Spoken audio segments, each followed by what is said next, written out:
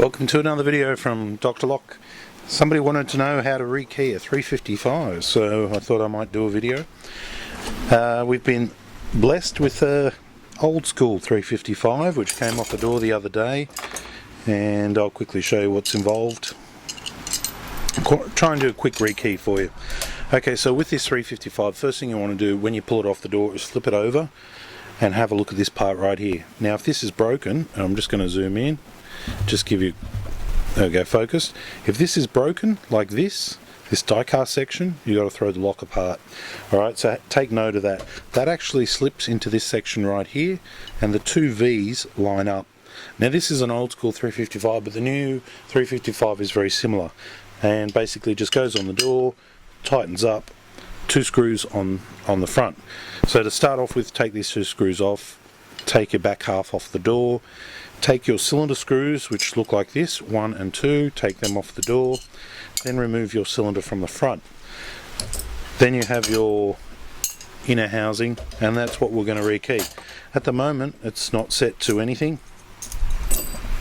so I'm probably going to need a piece of shim. Where's my shim? Who knows. Alright, let's rekey it. Let's just get in there and rekey it.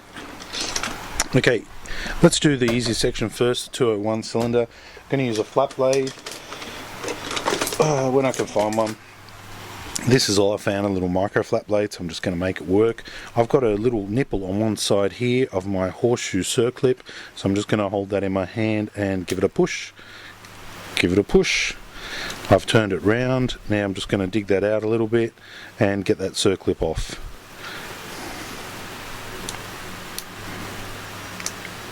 Without stabbing myself. I don't like to stab myself. It's a bit of pain and it hurts. Alright, so there we go, we got that out. I'm just going to pop it open now. Where's my Chinese pick gun? Here it is here. Chinese, like maybe I paid $6, maybe I paid less.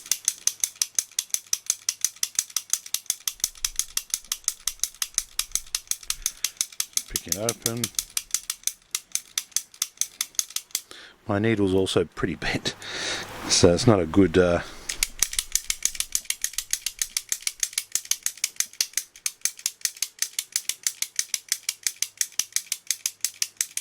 close, but no cigar.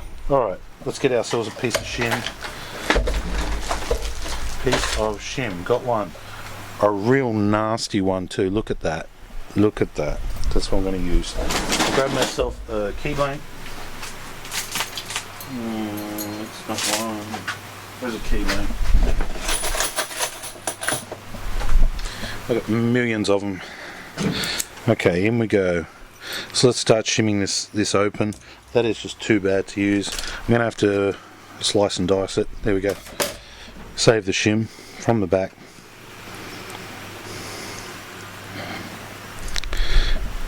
Now what I'm actually doing is separating the bottom pins from the driver pins, and I'm not doing a very good job of it actually at the moment.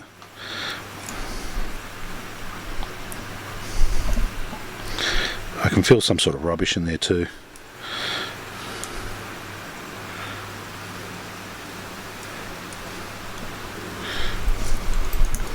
So you actually have to push this in, feel between the top and the bottom. And you know what, it's so much easier when you put it in a vise. Let's just do that. I'll bring the camera around because I'm just really working against myself here. Okay, there we go. Tighten that up so we can get that first pin started. Okay, we got one, almost got two. Sometimes you need to go back a little bit, not push too hard. You really got to look after your shim. Struggling on the second. We got second. Up on the third. Come on. We got third. We got fourth. One to go, one to go, one to go. Got it. Okay, back we go, over here. Okay, so now that's open. popping it out with my follower. See my follower here? Big nice follower. So what I would then do is simply put my new key in. I can see there's been some sort of shiny WD-40 there, which is not good for these types of locks. Okay, now I simply have to go through the combination and pin them all up until the shear line is met. So I started off with a 2, which is a good guess. I'm going to go for a 4 now. 4 is a bit low. Because that WD, it's a bit huggy. It's hugging the pins. Okay, drop in a 5. Oh, didn't like the 5. What's going on? There we go. 2, 5. 2 again. 2 again.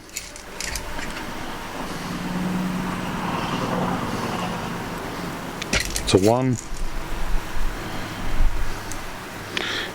1's a little bit low, so these keys are not exactly to specs.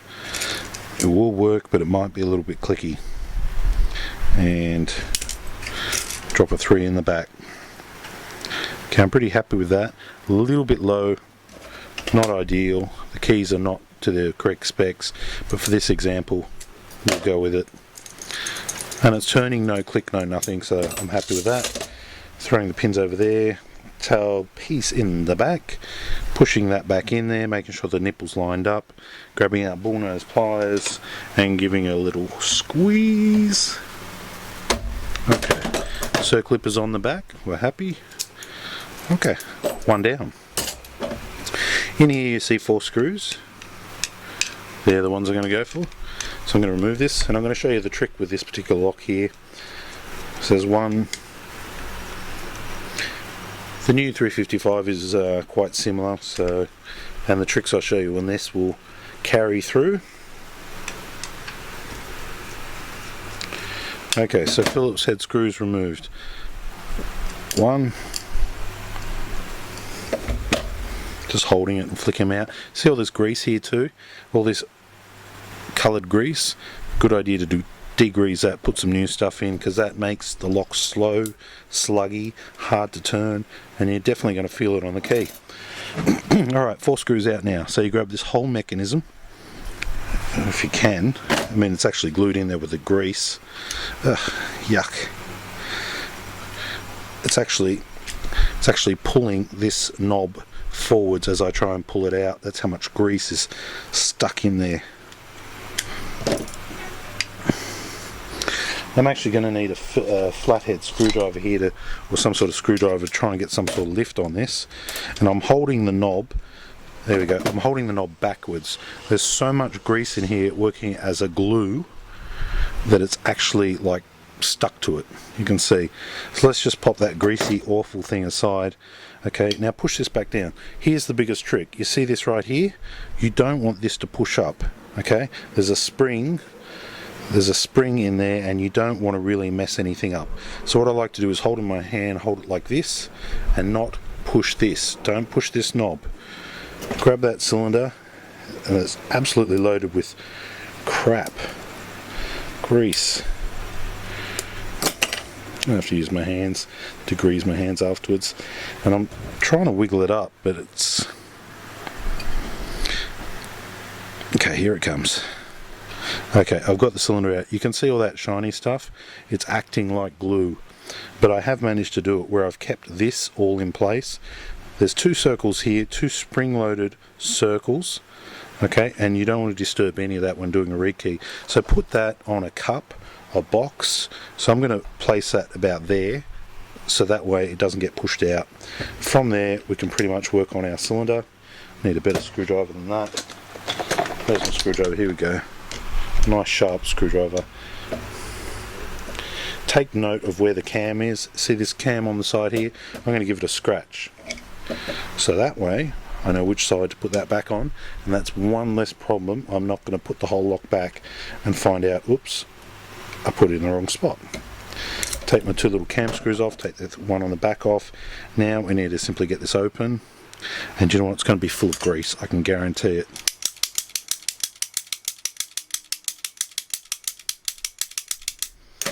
going to make noise at this time of night. Back to the vise we go. Upside down. Key blank and shim. Shim at the top between the drivers, or the housing and the plug. Okay, get that in there nice and tight. Key blank all the way in. Now we shim. 1, 2, maybe not 2. Where's 2? Come on, 2. 2. There's 3.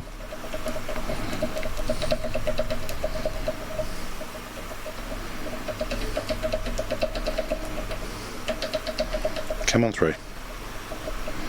There we go, got 3. 4. Lucky last, got it. It's turned. Back we go. Okay, now we have the follower bush. Okay, and it's got this crap all over it again. WD-40 or whatever type of silicone or grease that is. Dump all my pins.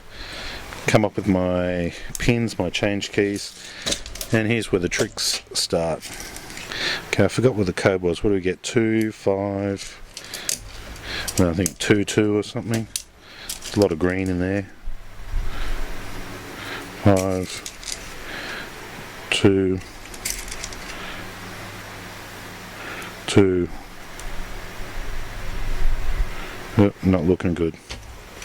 1 and 3, I believe. 1. Okay, and just drop in the last one of 3. What am I doing?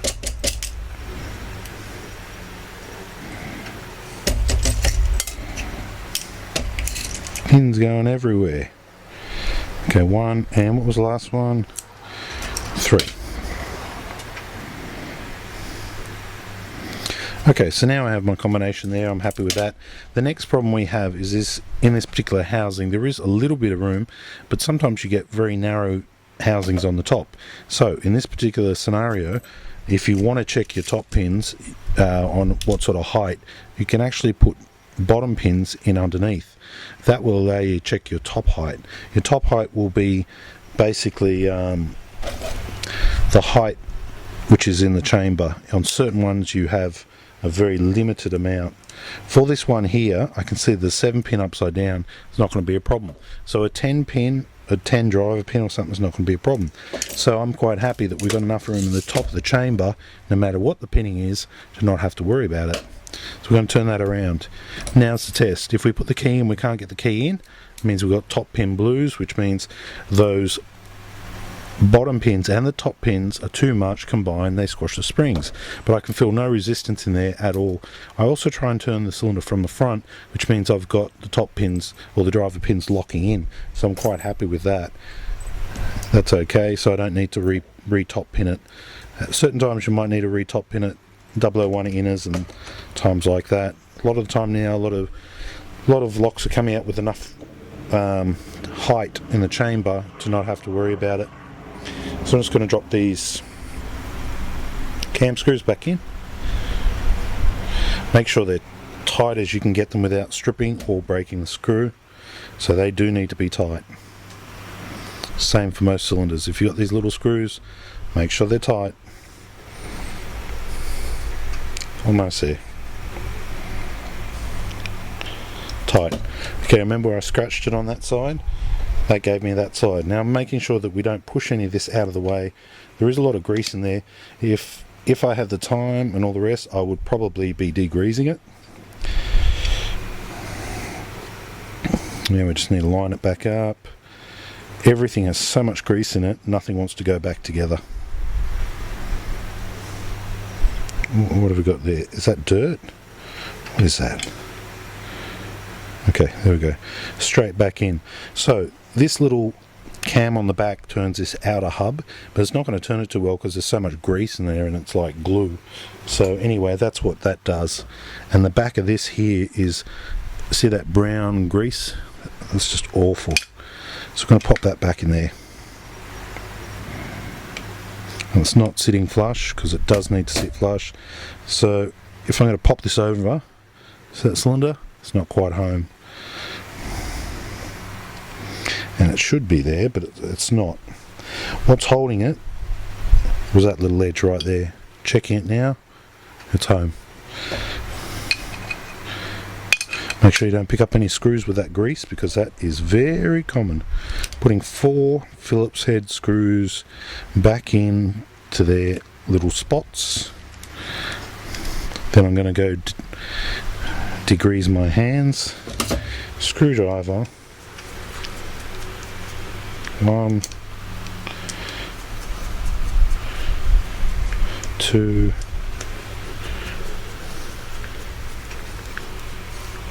3. This lock's an old lock. It's actually damaged, so it's probably going to go in the bin after this. Just doing it for this example. Okay, so that's locked. I can see more grease there. Unlocked, locked, unlocked. If we want to lock this section here, we can put the key in, we can turn 180 degrees, and we should be able to move it. So we do have a problem. Houston, we have a problem. But you know what? That's most likely just those parts inside that are full of grease. Not grease, more like glue. So I'm just going to back these off, see if I can get that part moving. Everything's in the right point.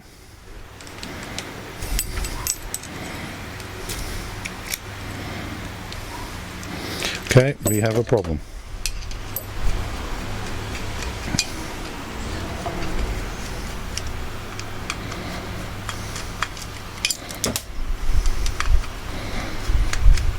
So the trick is with the 355, don't disturb the handle.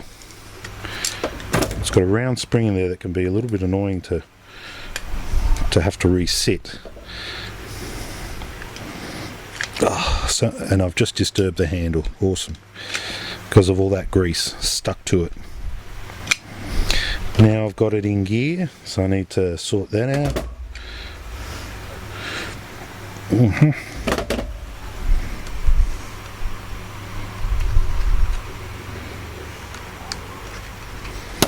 It's out of gear now. Okay, so you see this section here? That should push up into this section. They should push. This ball bearing should push. This part here should be able to move it. I can't move it. And that is why this lock is now damaged. It's because all this grease has glued it. I don't know if you can see that. You got to see that. Where we zoom right in. Okay, there. Okay, you see that? That black? And then I pushed that out of the way. The grease had glued it into position there. As I turn the key and turn this outer hub, that pushes that into that section to lock the handle, and I can't even do that with the key because there's that much glue on it. And even now, it should be spring loaded. It's not. So what that means is that yes, I've got everything in place, but this lock is so full of grease that it actually broke this part here, which it actually broke this part here, that little die cast bit. So that's the break. So that's what's causing the fail. It's not that it hasn't been put together properly. Everything's perfect. It's just that the parts are so badly glued together with grease that should actually be lubricating it, that it's a nightmare. So the best idea, if you do want to save a lock like this, grab yourself some degreaser, degrease it, pull it apart, degrease it, then put yourself some sort of synthetic lubricant in there that's going to allow it to move good. One more screw. I'm actually going to force it around now just to show you that yeah, it will work, but I'd not normally be doing that on a normal lock. Okay, so locked and unlocked, that's cool. Locked, let's turn the key. A little bit of force never hurt anyone. Oh, there goes the key blank. Whoopsie. Anyway, cut a long story short, look, it needs a full degrease, a full service before it can go back on the door if it was a working model. It's not a working model because this thing here is broken.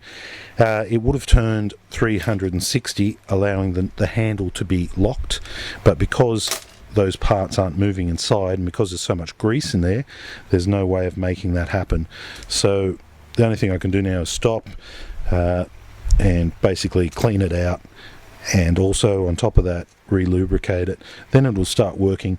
As far as rekeying, the whole rekey's been done right. Just moving this back to 12 o'clock so I can get my key out of it. Oh, it doesn't matter, it's going in the bin. The 201 cylinder, as you saw from the front, that's there, that turns well. And this one here is just basically lock the internal knob. Bit of a shame it just didn't push through, but that grease is just, you know, it's been on the door 30 years, 20 years, and it's just ridiculous. Okay, just before you go, I'm back. Now, I thought it was a bit bad. I went and broke a key. I'm trying to give a demonstration. I've gone and broken a key off and not giving the demonstration of it actually working. So I thought I'll make good, because, you know, breaking a key off in a lock in a demonstration is, for locksmiths, I guess it's kind of blasphemy. So anyway, let me just pull out this broken key here, take that out, show you what I know, what I'm talking about. I have my little friend, degreaser, and I'm not afraid to use it. Look at that. Oh yeah, here we go. Get some of that into you. Moving it back. Oh, it's good for the hands too, you know, because after you've been playing around with this sort of stuff, you get all this grease on your hands. We want some of that to go down the back. There we go. Oh, look at that, I flooded it. See all that? It's like a swimming pool in there now. Okay, let me try the key from this side.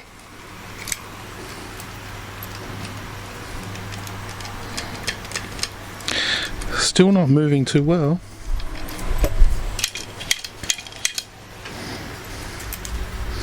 Those parts are still glued in. Alright. They're actually glued in a position. I pushed one with a screwdriver and unstuck it, but there's just too much grease under there. And I mean, I flooded it with a lot of degrees there. I would have expected it to work, but looks like it's winning the battle so far. If I can get it going. Okay, out she comes. It's coming out a little bit nicer. Still locked in gear, so I'll quickly flick that around. Okay, she's clear. Okay, so this is where our problem is. These parts here need to be able to slide. They need to be able to be pushed out. So we need to get some degreaser on that. That's a good one. Need to push this one out. This is the one that's stuck. Look at that. Look how hard I've got to push. Okay, where's our key now? Okay, so watch what happens here. You're going to rotate it. Sorry. Hold it like this. I'm going to rotate it. It's going to push those parts out, if at all possible.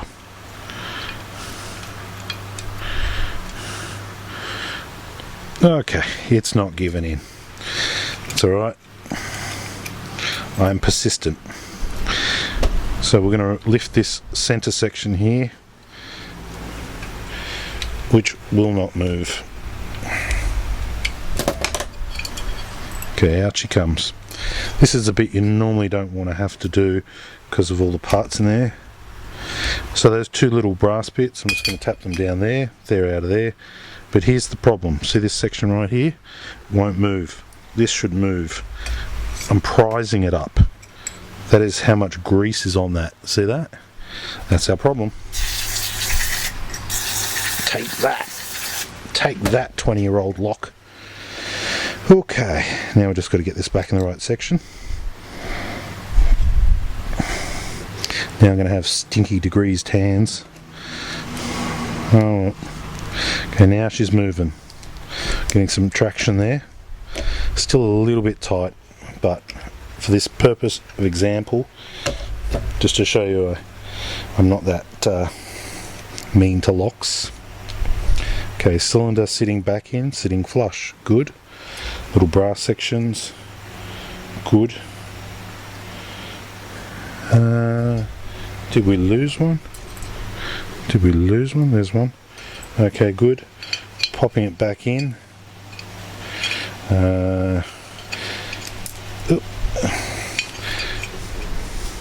And it goes cylinder this way.